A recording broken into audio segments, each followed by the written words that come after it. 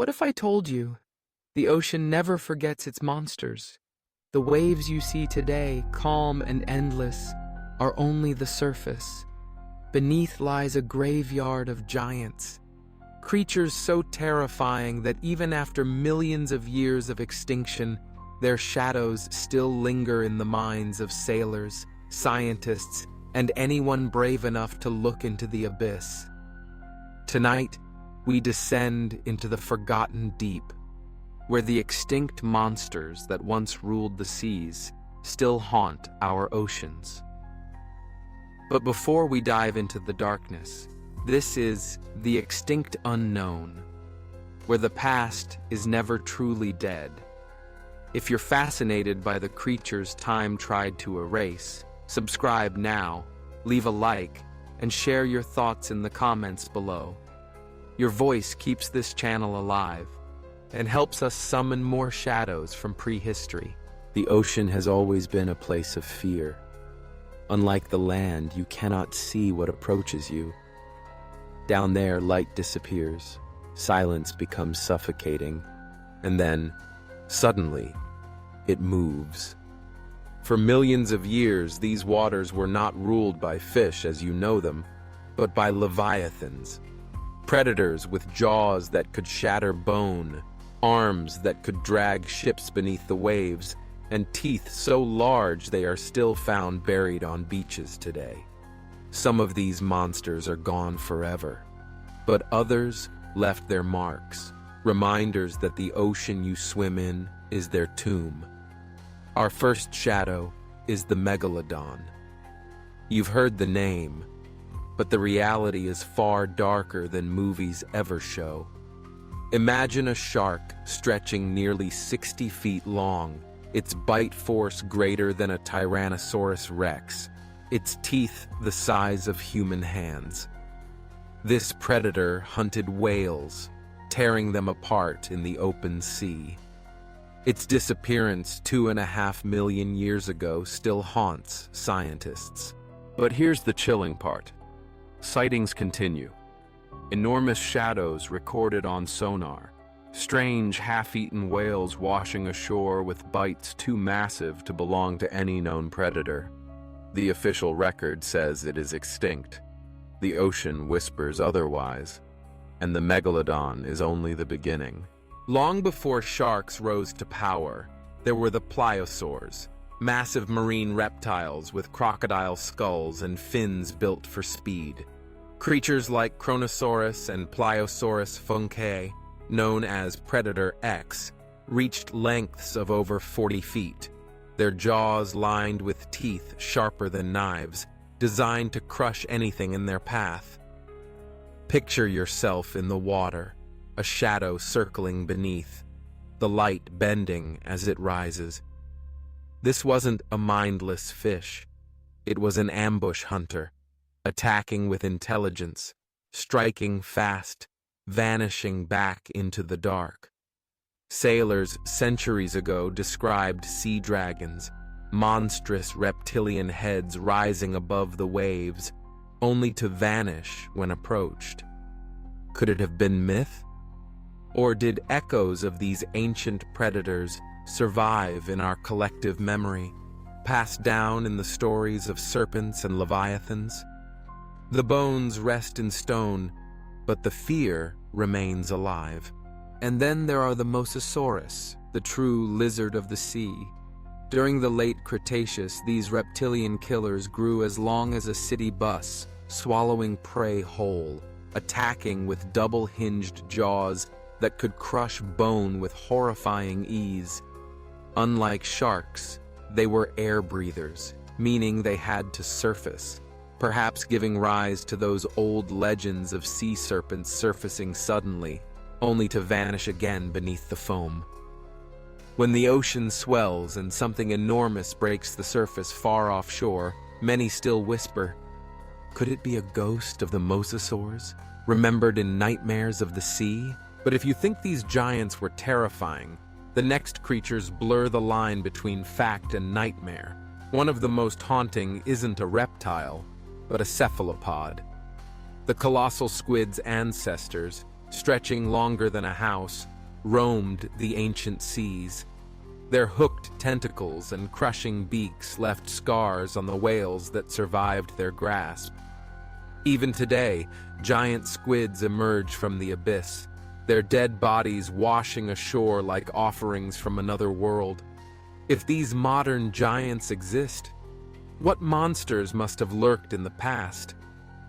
Some paleontologists whisper of an even darker possibility: an ancient, undiscovered cephalopod, an Architeuthis of prehistory that may have dwarfed anything alive today. No fossils confirm it, only legends, scattered bones, and a cold unease that we have not seen the full truth. And then, the ocean turns blacker still. For in the fossil record, we find shadows of the Leadsichthys, a filter-feeding fish over 50 feet long. Harmless, yes, but what haunts us is not its size, but the predators it attracted. Wherever giants gathered, hunters followed. The ocean has always been a battlefield, and every enormous creature was stalked by something hungrier, faster, crueler. As night falls on the sea and you stand on the shore looking out into the waves, remember this: the extinct monsters of our past did not vanish quietly. They shaped the stories of sailors, they filled the oceans with fear, and in their absence, they left an emptiness. One we are still afraid might not remain empty forever. The deeper we go, the stranger the ocean becomes. Down here, in the black waters where sunlight never reaches, evolution wrote in shadows. The monsters of the abyss were not simply hunters. They were nightmares made flesh, and some of them still whisper across time. One such terror was the Dunkleosteus, a name that sounds almost mechanical, fitting for a creature built like living armor. It lived 360 million years ago, a leviathan fish with a skull of bone plating, jaws like steel shears, and a bite force capable of splitting prey in half. Unlike sharks, its teeth weren't teeth at all. They were sharpened blades of bone, grinding against each other until they honed themselves to razor perfection. Imagine swimming in the Devonian seas and seeing its silhouette closing in, a massive armored skull, jaws gaping, faster than you could ever flee. Some say this is the ocean's most terrifying ghost, a reminder that even before the age of reptiles, the seas were already ruled by monsters. And when you dive deep today, past the coral, past the blue, into the green twilight, and down into black, you feel it. That primal fear that something armored, ancient, and unstoppable still moves below. But Dunkleosteus was only one chapter. Another emerged in the form of the Helicoprion, a creature so bizarre it feels impossible. Picture a shark, yes, but with a spiral of teeth coiled like a saw blade in its lower jaw. Every time it grew new teeth, the old ones didn't fall out. They rolled into the spiral, creating a whirling weapon of death. Its bite remains a mystery. Some believe it spun its jaw to slice prey into ribbons, others that it used the coil to rip flesh apart in the dark. Whatever the truth, this was not just a predator. It was a nightmare of nature's design. Even today, deep-sea fishermen sometimes pull strange, spiraled teeth from the black waters of the Pacific. Fossils, yes. But when you see one in person, it doesn't feel like history, it feels like warning. And then there were the tylosaurs, a branch of the Mosasaur family. Longer, leaner, built like torpedoes of death. Their fossilized stomachs still contain the bones of plesiosaurs and giant fish, proof that they didn't just hunt, they destroyed anything in their path. Imagine being in a small boat in the Cretaceous seas, the waves rising higher, the water trembling. And then, without sound, a shadow the size of a bus bursts from below, jaws wide enough to swallow you whole. Some sailors' tales of sea serpents, long and twisting, might echo the tylosaurs. They may be extinct, but their memory refuses to die. But if there is one ocean monster that feels less extinct and more alive, it is the Kronosaurus. The fossils tell us it was immense. Over 30 feet of muscle and jaws, snapping bone like twigs. But what chills scientists most is not its size, it's its behavior. Unlike sharks, which hunt with instinct, evidence suggests pliosaurs like Kronosaurus hunted with strategy. They ambushed, waited, and stalked their prey. They may have hunted in groups, tearing apart anything unlucky enough to drift near their hunting grounds. Now imagine this. The ocean today is vast, unexplored. We have mapped less of it than we have of Mars. In that unseen blackness, do you feel certain that Kronosaurus and its kin are truly gone? Or could echoes of their kind remain in the trenches where no light and almost no humans ever go? Music shifts, colder, quieter, almost a whispering drone. But monsters aren't always enormous.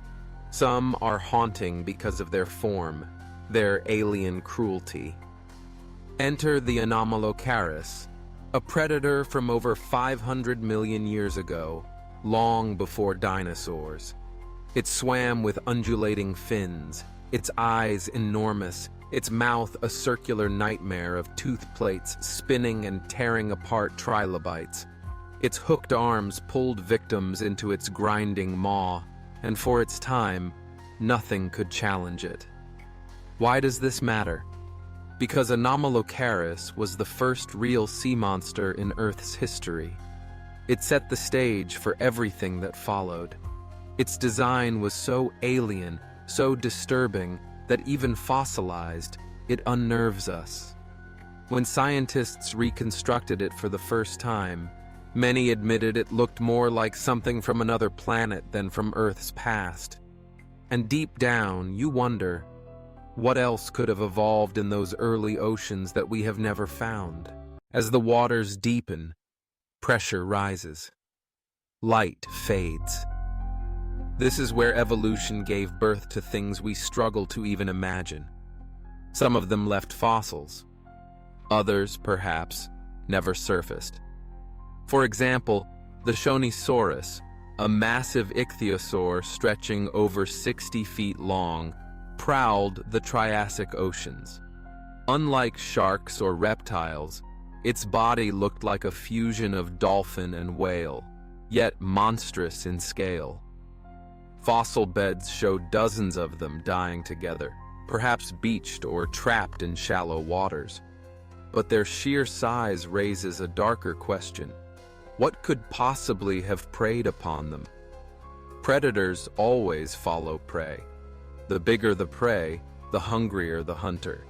And when you consider the Shonisaurus, you realize, for every giant we know of, there may have been a hunter larger still. The ocean is not empty.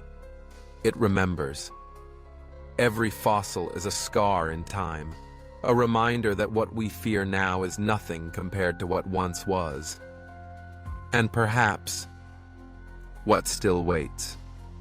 Because even today, people speak of shadows moving beneath ships, sonar registering impossible sizes, carcasses washing ashore that science cannot explain. Extinction is certain, but it is not always complete. And yet, the darkest terrors are still ahead. Monsters so strange, so haunting, that they challenge what we believe about life itself. Creatures born in the abyss, older than dinosaurs, older than the very concept of fear itself. Stay with me, because next, we enter the blackest part of the ocean's memory. the place where ancient extinction and modern terror overlap, and the monsters that still haunt our oceans reveal their final, chilling forms. We've seen the giants, the hunters, and the armored predators, but the ocean's darkest secrets are not always found in size. Sometimes, the true horror lies in the strange, the alien, the things that make you question whether they even belonged on Earth at all. And when the fossil record whispers of them, it feels less like history and more like prophecy. Consider the hallucigenia, a worm-like creature covered in spines, crawling along the seafloor during the Cambrian period. It was so bizarre that when scientists first discovered its fossils, they reconstructed it upside down. Even in death, it refused to be understood. But here's the haunting thought. If such surreal creatures ruled the oceans 500 million years ago, what equally incomprehensible beings could still drift in the depths we have never touched? We often imagine monsters as large, tooth-filled beasts. Yet sometimes, the most disturbing are the ones that do not look like anything we can explain. Then, there is the Eurypterid, the sea scorpion. Growing up to 8 feet long, armored and clawed, it stalked ancient seas and shallow waters.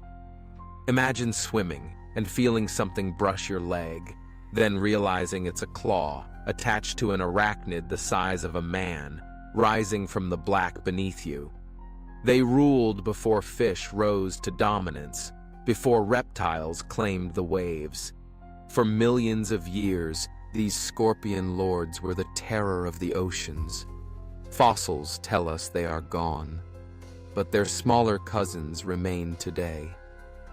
If giant scorpions once ruled the seas, who is to say the abyss does not still hold something we have not seen? And then, the ocean grows older still, to the age of the nothosaurs, serpentine marine reptiles with long necks and snapping jaws. Some paleontologists believe they may be the ancient origin of sea serpent legends, their forms etched into our memory across thousands of years. Picture the silhouette of a nothosaur in foggy waters, its neck arching like a serpent, its body vanishing beneath the waves. Sailors tell of creatures like this even today, describing movements that match the long, winding motions of these extinct hunters. Could myths of the Loch Ness Monster, of sea dragons and deep leviathans, be faint echoes of nothosaurs that once ruled the Triassic oceans? But perhaps the darkest memory of all belongs to the Thalassomedon, a name that means Lord of the Seas, a member of the plesiosaurs, stretching over 40 feet with a neck as long as a 2-story building. Unlike the swift ambushers, Thalassomedon was patient. It would drift silently in the gloom, its long neck weaving like a phantom through the dark water, before striking with a head filled with sharp, piercing teeth. Legends of long-necked sea creatures may very well be the Thalassomedon's shadow, its form too haunting to ever truly vanish. And yet, the abyss holds even stranger whispers. Some scientists believe there are creatures we will never find in the fossil record, soft-bodied hunters that left no trace, except in the fear they inspired. Gigantic cephalopods with tentacles stretching longer than ships. Abyssal predators with bioluminescent lures, living and dying in darkness, never once touching the surface world. We tell ourselves extinction is final, but every year, the deep sea proves us wrong. Coelacanths, once thought gone for 65 million years, were rediscovered alive. Giant squids, once myths, turned out to be real. What else could still be out there, waiting in black water, hidden beneath miles of crushing pressure? Perhaps this is why the ocean still haunts us. Every beachcomber who finds a strange bone, every sailor who sees an impossible shape in the fog, Every sonar operator who hears something vast moving in the deep, they are glimpsing shadows of an older world, a world when the seas were ruled by monsters, a world that never truly ended. So the next time you stand at the edge of the ocean, staring into the endless horizon, remember, the water before you is not empty. It is ancient. It is a tomb. And every wave that crashes onto the shore carries whispers of the extinct monsters that still haunt our oceans. This has been The Extinct Unknown. If these shadows of prehistory unsettled you, imagine what waits in the episodes yet to come. Don't forget to subscribe, like this video, and leave a comment below. Which of these monsters do you fear the most? And which do you secretly hope still lurks beneath the waves? Because the past is never truly gone, and the ocean never forgets its monsters.